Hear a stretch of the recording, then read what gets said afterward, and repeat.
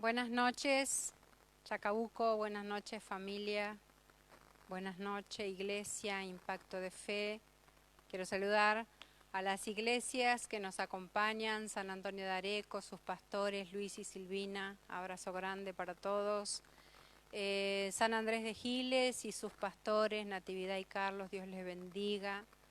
Dios bendiga su ministerio, su gente. A todos los que de a poquito se van conectando, reciban la bendición del cielo. Yo justamente ahora no los puedo ver, pero quiero saludarles a medida que van conectándose y tomarme este tiempo, un ratito nada más, antes de comenzar, para que los que más podamos estar en vivo y así podemos participar juntos de la palabra. Le damos gracias a Dios por este tiempo. Sé que es un tiempo también a esta altura de cansancio. Sí, hay mucha gente que dice ya basta con la cuarentena, ya basta. Pero esto es un tiempo que tenemos que respetar. Por eso hoy nos encontramos aquí. Somos 4 los que estamos aquí. Pero bueno, hay una palabra importante de parte del Señor que quiero compartirla. Usted, su casa, su familia, si usted puede convocar a sus hijos, prepare lo que tenga para tomar, mate, lo que sea, y abra su Biblia que vamos a compartir en este momento. Algo especial que creo Dios puso en mi corazón para este día o para este tiempo, podríamos decir. Sí, ¿por qué no? Para este tiempo. Me acompaña a orar.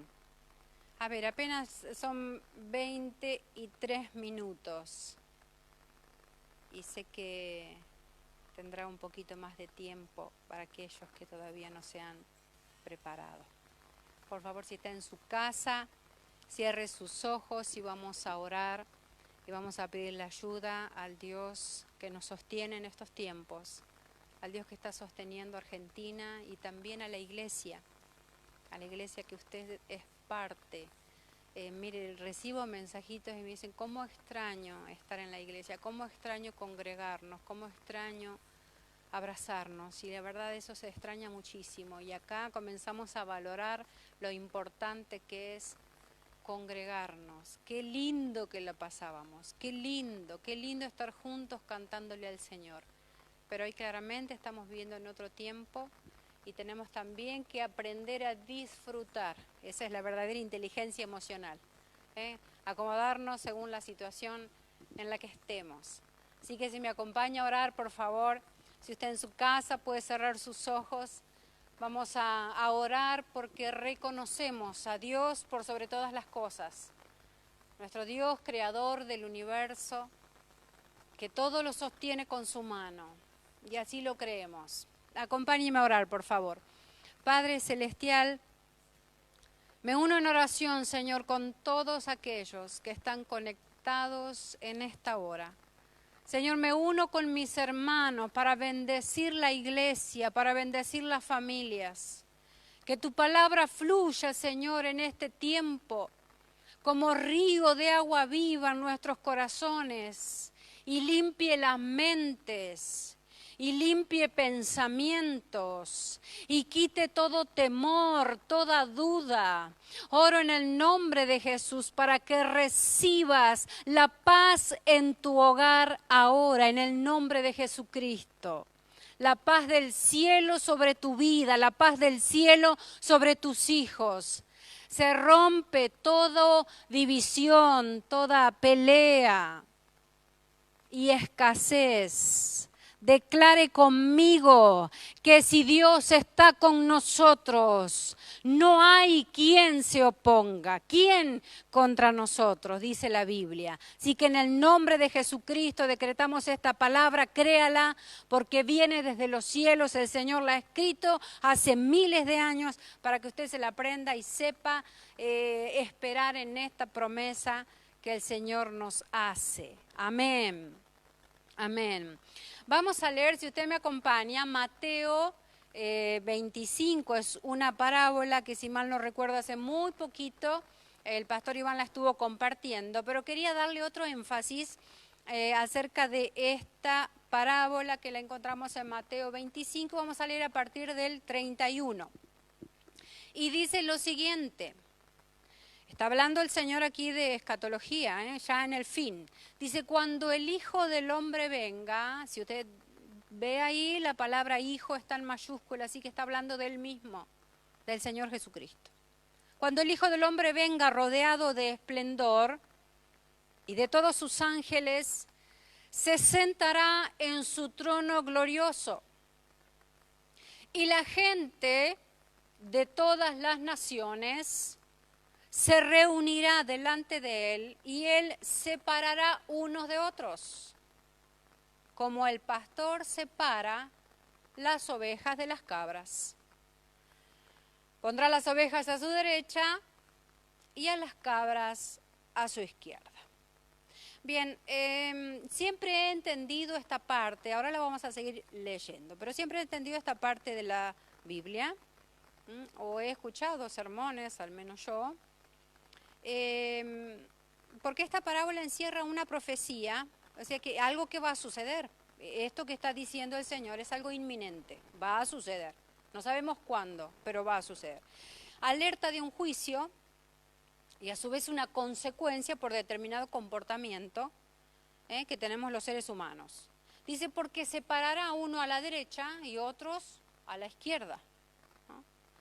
Y a mí me enseñaron eso que sucedería en la iglesia y lo entendí así por muchos años, porque escuché muchísimos sermones que hablaban acerca de que Jesús estaba hablando de la iglesia y trataba a los cristianos de ovejas o de cabras, según el comportamiento de cada uno. Entonces, si aquellos que se comportaban como ovejas irían al cielo y aquellos que ya eran medios rebeldones como las cabras se iban al infierno. Entonces vamos a aprender un poquito.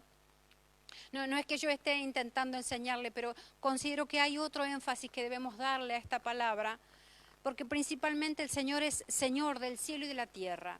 Mire, el Señor no está hablando solamente a su iglesia, el Señor es Señor del mundo.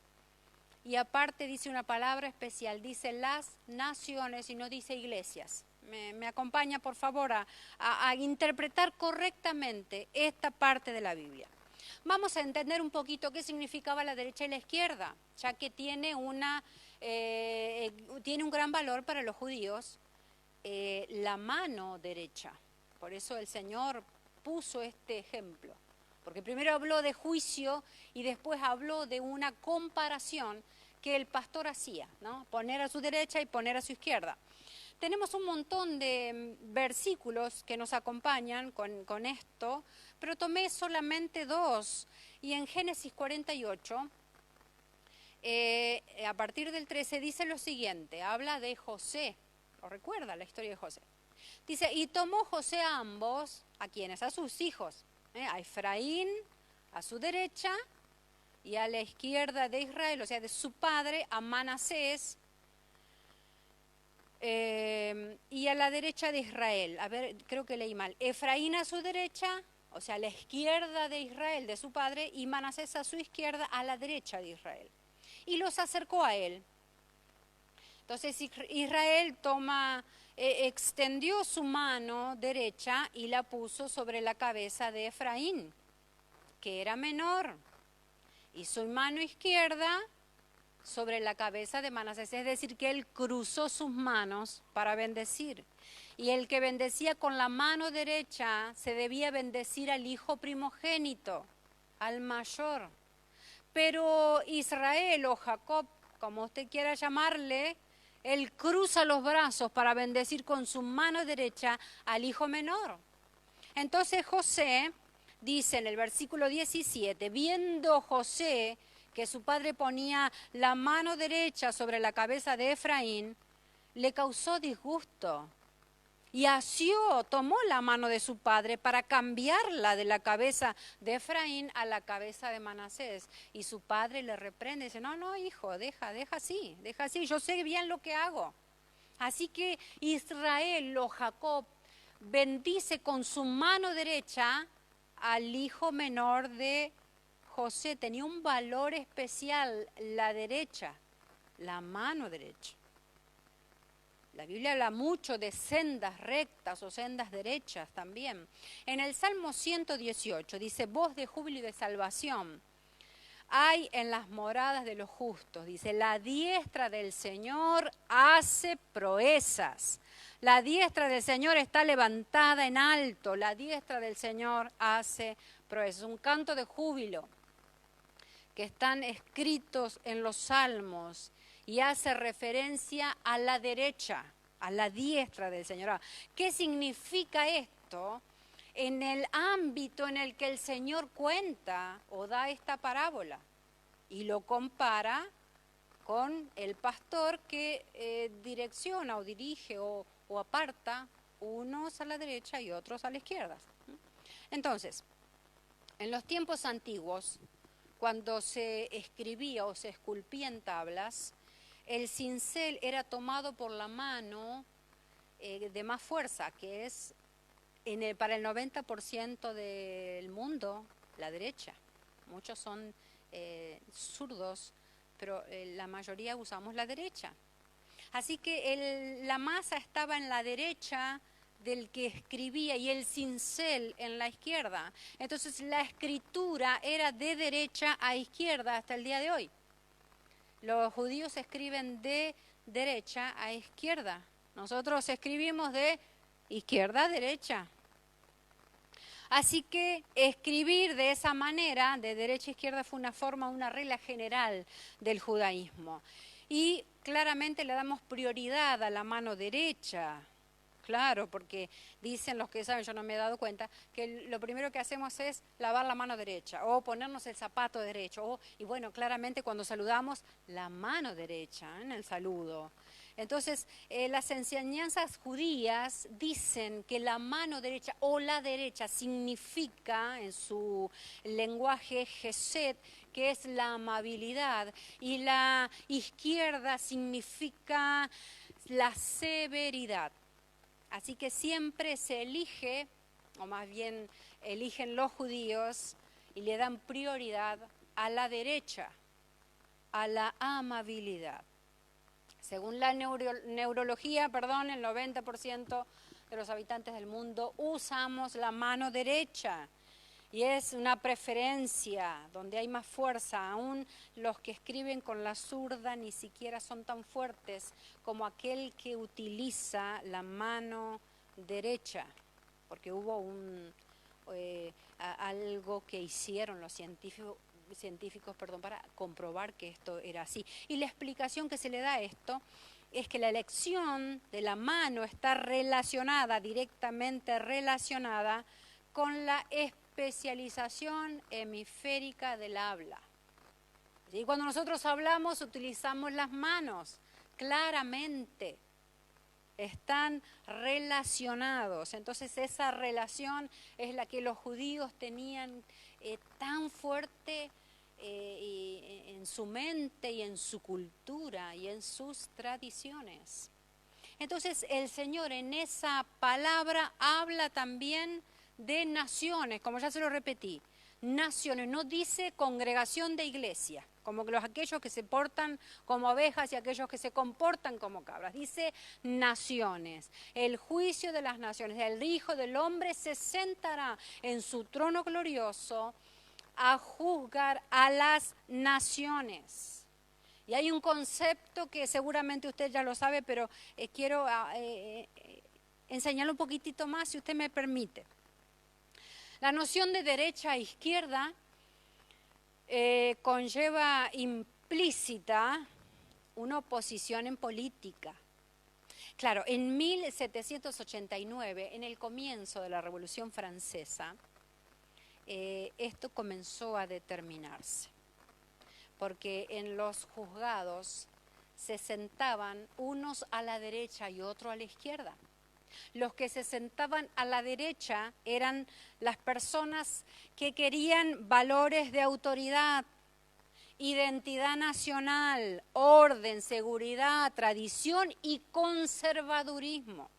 querían conservar la moral y las buenas costumbres. Y los que se sentaban a la izquierda necesitaban o querían los valores del progreso, la igualdad jurídica, el bien común, o sea, todos somos iguales aquí, nadie es más que otro, la insubordinación y el reformismo.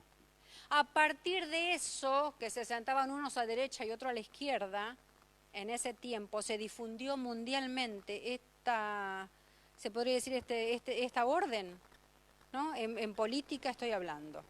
Así que podemos detectar que Dios no estaba hablando ni de ovejas ni de cabras, sino que estaba hablando de orden y de obediencia.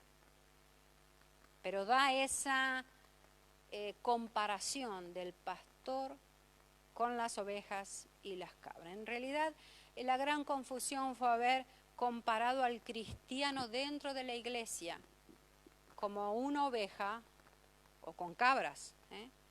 Y entendemos, como hoy le dije, Dios es Dios del universo y su palabra es totalitaria. El mundo entero le pertenece, así que no podríamos sujetar la palabra de Dios a una mera congregación, sino, porque ¿qué pasa? Nosotros en mi poco entendimiento hemos sujetado la palabra de Dios a nuestro entorno y a nuestra visual, pero Dios es un Dios del universo, la palabra es mundial, así que tiene sus particularidades. Esto de que el Señor, vamos a aprender por qué el Señor dio esta comparación de ovejas y cabras. Entonces busqué en libros, no en predicaciones, busqué en libros de agronomía y todo eso, cómo se comportan las cabras y cómo lo hacen las ovejas, para poder ver por qué el Señor hizo esta comparación. Entonces a las cabras, también nombrados como macho cabrío, lo va a ver en la Biblia, esa es una palabra que se habla mucho, cabras, macho cabrío o cabrón. Me pareció raro, pero lo quise poner porque no sé de dónde había aparecido esa palabra.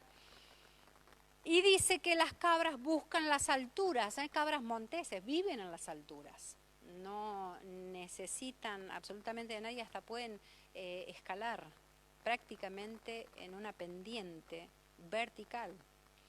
Las ovejas, en cambio, viven en rebaños, no porque sean tan sociables, sino porque son miedosas y necesitan estar, cuando ven el peligro, se meten dentro del rebaño por su propia vida. Las cabras se dispersan fácilmente, se distraen fácilmente, porque mientras van en el camino van pastoreando, es decir, van comiendo. Y su camino es en zigzag. Tienen la particularidad de su hocico largo y sus labios pequeños, así que pueden comer plantas con espinas y trepar árboles, claro. En cambio, las ovejas pastan en el lugar donde el pastor elige. Otra de las particularidades es que cuando van las ovejas, el pastor va delante y las ovejas le siguen. La particularidad de las ovejas es que el pastor va detrás para guiarlas, porque siempre una se le escapa. El pastor va detrás, es un proceso continuo de búsqueda con las cabras. Sí, son indefensas, las ovejas son indefensas, cosa que no sucede con las cabras. Las cabras tienen cuernos, saben defenderse. Por eso no es tan necesario para ellas estar en grupo o en manada. Las ovejas comen pastos tiernos, pueden ver bien, distinguen los colores. En días lluviosos las ovejas continúan pastando, mientras que las cabras paran absolutamente eso. Y eso es dicen los que saben que es una pérdida, que el animal no se alimente. Así que cuando llueve o corren a un refugio o paran absolutamente la búsqueda de alimentos. Comen plantas espinosas, emanan un olor fuerte, las cabras, dan muchísima cantidad de leche, poseen protección, que eso ya lo dije, y son absolutamente independientes, cosa que la oveja no es así. Entonces el Señor dice lo siguiente, continúa en el versículo 34, y dirá el rey, Señor, a los que estén a su derecha, vengan ustedes los que han sido bendecidos por mi Padre, reciban el reino que está preparado para ustedes desde que Dios hizo el mundo. Así el Señor les hablaba a los de su derecha, a los justos. Entonces continúa diciendo algo que es clave y debería ser clave para todos nosotros. Pues tuve hambre y ustedes me dieron de comer. Usted notará en esta versión, que es la versión, le cuento, Reina Valera 2015. Por eso quizá verá que hay palabras distintas. Entonces dice versículo 35, tuve hambre y ustedes me dieron de comer. Tuve sed y me dieron de beber, anduve como forastero y me dieron alojamiento. Estuve sin ropa y ustedes me la dieron. Estuve enfermo y me visitaron. Estuve en la cárcel y vinieron a verme. Entonces los justos preguntarán, Señor, ¿cuándo te vimos con hambre? ¿O te dimos de comer? ¿Cuándo te vimos con sed y te dimos de beber? ¿O cuando te vimos como forastero y te dimos alojamiento? ¿O sin ropa y te la dimos? ¿O cuando te vimos enfermo o en la cárcel y fuimos a verte? Y el rey les contestará, les aseguro, que todo lo que hicieran por uno de estos hermanos míos más pequeños, estos más pobres, por mí mismo lo hicieron. Usted sabe que en el 316 después de Cristo, en Francia, un día de mucho frío, invierno, un soldado joven caminaba por esas calles y encuentra a un hombre pobre, temblando de frío. Y cuando le ve, siente compasión de esa persona y no tenía que darle. Así que toma su espada y toma su capa y la parte al medio. Y con la mitad de esa capa, Martín cubre a aquel que estaba temblando de frío. Esa misma noche, cuando Martín llega a su casa, tiene un sueño, que ese sueño cambió por completo su vida. Se le aparece el Señor Jesús. ¿Y sabe qué tenía? La mitad de la capa que él le había dado a ese pobre. Y oyó que le decía, Martín, hoy me cubriste con tu capa. Por eso de ahí, de esa palabra, deriva la palabra capilla, de capa, capilla, iglesia, templo. Lugar donde se cubre, lugar de refugio, lugar donde es para compartir, pero no porque te sobra ni para recibir un premio celestial, sino por misericordia, sino porque la misericordia de Dios actúa en nosotros para ayudar a quien lo necesita. Y ¿sabe qué? Reconocemos esto, que si ayudamos a alguien se lo estamos haciendo al Señor Jesús. Ese sueño que tuvo Martín, que después se convirtió en un gran obispo, porque dejó de ser militar y comenzó, porque ese sueño transformó su vida, comenzó a predicar el Evangelio. ¿Sabe qué? Haciendo esto a los pobres, a los necesitados, se lo hacemos a Jesús. Y el Señor Jesús no es deudor de nadie, Él es Rey. Ahora vemos las palabras que le dice a los de su izquierda. Luego el rey dirá a los que estén a su izquierda, apártense de mí los que merecieron la condenación, váyanse en el fuego eterno, preparado para el diablo y sus ángeles, pues tuve hambre y ustedes no me dieron de comer, tuve sed y no me dieron de beber, anduve como forastero y no me dieron alojamiento, sin ropa y no me la dieron, estuve enfermo y en la cárcel y no vinieron a visitarme. Entonces ellos le preguntarán, Señor, ¿cuándo te vimos con hambre o con sed o como forastero o falto de ropa o enfermo o en la cárcel y no te ayudamos? Y el rey les contestará, les aseguro que todo lo que no hicieron por una de estas personas más pequeñas, tampoco por mí lo hicieron.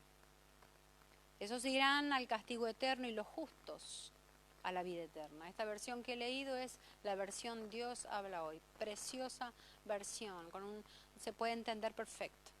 Así desde que el mundo existe, los miles de gobernantes, reyes, líderes mundiales, líderes eclesiásticos, líderes sociales, presidentes, que no tuvieron en cuenta a Dios, y que no voy a perder el tiempo en nombrarlos por otro lado, porque tengo una lista inmensa, que se han olvidado de su pueblo, que han tenido la ocasión de ayudar pero no quisieron, que vivieron solo para obtener poder, fama, riquezas, pero que sus nombres se han olvidado. Y lo han obtenido a costa de un pueblo pobre, hombres tiranos, despiadados, egocéntricos, narcisistas, que no cumplieron con la tarea que se les fue impuesta por el Rey del Universo. El mundo está plagado de esto. Gracias a Dios hay mucho más justos. El hombre y la mujer no están preparados, eso lo dije en otra ocasión, no estamos preparados para ser gobernados, para gobernarnos a nosotros mismos, porque somos seres creados, necesitamos de nuestro Creador. Eso tiene que ser una parte importante, ¿sabe para qué? Para que nuestra vida esté regida por el Señor Jesucristo. El hombre ni la mujer es capaz de gobernar su propia vida. Necesitamos del Creador. Lo último que quiero compartir, para poder entender un poquitito lo que quiero tratar de demostrarle en esta noche. Con esta palabra el Señor me habló muy fuerte y dice lo siguiente, ¿no? Hay un espíritu que ata y oprime a la gente, al mundo y principalmente a los gobernantes. Por eso el Señor nos manda a orar por ellos. En Isaías 14:12 hay una palabra que fue escrita de algo que sucedió en los cielos. Dice lo siguiente: ¿cómo caíste del cielo, oh lucero, hijo de la mañana? Cortado fuiste por tierra tú, que debilitabas a las naciones. Tú que decías en tu corazón, subiré al cielo en lo alto. Junto a las estrellas de Dios levantaré mi trono, en el monte del testimonio me sentaré, a los lados del norte. Sobre las alturas de las nubes subiré y seré semejante al Altísimo. Se inclinarán hacia ti los que te vean, te contemplarán diciendo: ¿es este aquel varón que hacía temblar la tierra, que trastornaba los reinos, que puso al mundo como un desierto, que asoló sus ciudades, que a sus presos nunca abrió la cárcel? Todos los reyes de las naciones, todos ellos yacen con honra, cada uno en su morada, pero tú echado eres de tu sepulcro como vástago abominable, como vestido de muertos traspasados a espada, que descendieron al fondo de la sepultura, como muerto hollado. No serás contado con ellos en la sepultura, porque tú destruiste tu tierra. Mire, eso no tiene mucho que ver con estas personas de las que estoy hablando. Porque tú destruiste tu tierra, mataste a tu pueblo. No será nombrada para siempre la descendencia de los malignos. Preparen sus hijos para el matadero por la maldad de sus padres. No se levanten ni posean la tierra, ni llenen la ciudad, la faz del mundo. Porque yo, y esa es una promesa que quiero levantar en esta noche, mire, principalmente para que el pueblo de Dios no tema en estos tiempos, en este día. Sé que las familias están viviendo hoy en una opresión diciendo: ya esto tiene que terminar. Pero el Señor dice: yo me levantaré, porque yo me levantaré contra ellos. Dice Jehová de los ejércitos: y raeré de Babilonia el nombre y el remanente, hijo y nieto, dice Jehová. Y la convertiré en posesión de erizos y en lagunas de agua. Y la barreré con escobas de destrucción, dice Jehová de los ejércitos. Por eso será el justo quien haga la diferencia.